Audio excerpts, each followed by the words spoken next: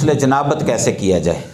بیوی کے ساتھ جماع کرنے کے بعد یا کسی کو احتلام ہو جائے تو اس کا طریقہ یہ ہے کہ سب سے پہلے بندہ استنجا کرے اور جسم کے اوپر جہاں بھی منی وغیرہ لگی ہے اس کو اچھی طرح دھو لے۔ اس کو دھو لینے کے بعد نبی صلی اللہ علیہ وسلم سے 2 طریقے ثابت ہیں غسل کرنے کے۔ دیکھیے بات یہ ہے، اسلام بڑا سیدھا سادہ دین ہے اور ہمیں سیدھی سیدھی باتیں بتاتا ہے۔ اگر ہم سیدھی باتیں معلوم ہو جانے کے بعد پھر دائیں بائیں جھانکیں اگرچہ چونکہ چنانچہ کریں جی، تو پھر وہ بندہ یوں سمجھ لیں کہ اس کو دین اسلام پر شک ہے۔ سیدھا سادہ مسئلہ ہے کہ رسول اللہ صلی اللہ علیہ وسلم غسل کیسے کرتے تھے، بس جس طریقے پر رسول اللہ صلی اللہ علیہ وسلم غسل کرتے تھے ہم ویسے کر لیں۔ 2 حدیثیں ہیں، ایک سیدہ عائشہ رضی اللہ تعالی عنہا سے مروی ہے، ایک سیدہ میمونہ رضی اللہ تعالی عنہا سے مروی ہے۔ دونوں ہی ام المومنین ہیں، دونوں ہی نبی صلی اللہ علیہ وسلم کی بیویاں ہیں۔ اب وہ حدیثیں بیان کرتی ہیں۔ ایک حدیث میں یہ ہے کہ نبی صلی اللہ علیہ وسلم استنجا کرنے کے بعد مکمل وضو کرتے تھے، مکمل وضو جیسے وضو کیا جاتا ہے۔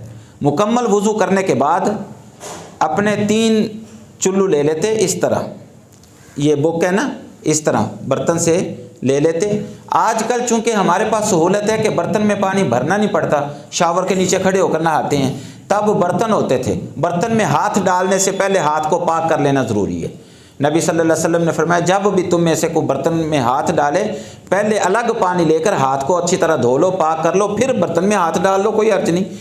تو آج کل اگر کوئی مثلا سردیاں جیسے ہر گھر میں گیزر نہیں ہوتا، وہ ٹب میں پانی گرم کر کے نہانا پڑتا ہے، تو آج اسی حدیث پر عمل ہو سکتا ہے۔ کسی کے گھر میں گیزر ہے، شاور کے نیچے کھڑا ہو کر نہا لے۔ تو آپ علیہ الصلوۃ والسلام اس طرح 3 بک پانی کے لے کے اپنے سر پر ڈالتے اور اپنے سر میں خلال کرتے اچھی طرح، ٹھیک ہے نا جی، تاکہ بالوں کی جڑوں تک پانی پہنچ جائے۔ 3 دفعہ ایسے کرتے، ہر بک پر سر پہ پانی ڈالتے اور اچھی طرح انگلیوں سے خلال کر کے پھر دوسرا بک، پھر تیسرا بک۔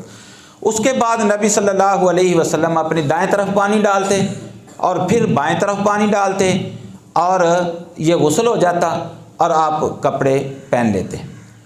ایک یہ حدیث ہے۔ دوسری حدیث یہ ہے کہ آپ علیہ الصلوۃ والسلام استنجا کرنے کے بعد وضو کرتے تھے اور اس وضو میں آپ علیہ الصلوۃ والسلام قدم نہیں دھوتے تھے، قدموں سے پہلے والا وضو کرتے۔ اس کے بعد اسی طریقے پر 3 دفعہ سر پہ پانی ڈال کے پھر پورے جسم کو دھو لیتے اور پھر آخر پہ الگ جگہ پر بیٹھ کر قدم دھو لیتے۔ ان دونوں حدیثوں کے درمیان تطبیق محدثین نے اس طرح دی ہے کہ مکمل وضو آپ علیہ الصلوۃ والسلام اس جگہ پر کیا کرتے تھے جس جگہ پختہ ہوتی، کیچڑ وغیرہ نہیں ہوتا تھا، قدم بھی ساتھ ہی دھو لیے بعد میں اٹھ گئے۔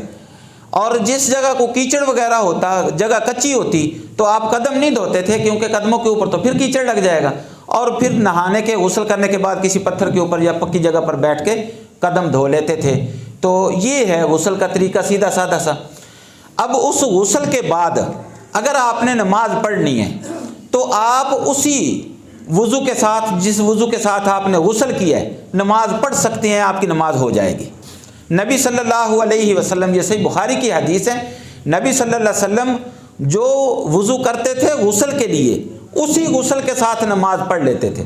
لیکن ایک شرط ہے، کیونکہ آپ نے جب وضو کر لیا تو وضو ٹوٹنے کا خطرہ نہ ہو، اور نواقض وضو وہ چیزیں جن کے ساتھ وضو ٹوٹ جاتا ہے، وہ ان میں سے ایک یہ بھی ہے کہ انسان کا شرمگاہ کو ہاتھ لگ جائے۔ تو نہاتے ہوئے اگر آپ کا شرمگاہ کو ہاتھ لگ گیا، اچھی طرح جسم کو ملتے ہوئے، پھر آپ احتیاطاً دوسرا وضو کر لیں، آپ کا وضو برقرار نہیں رہا۔ اگر آپ نے احتیاط سے غسل کیا کہ آپ کا غسل بھی ہو گیا اور شرمگاہ کو بھی ہاتھ نہیں لگا، پھر آپ اسی غسل سے نماز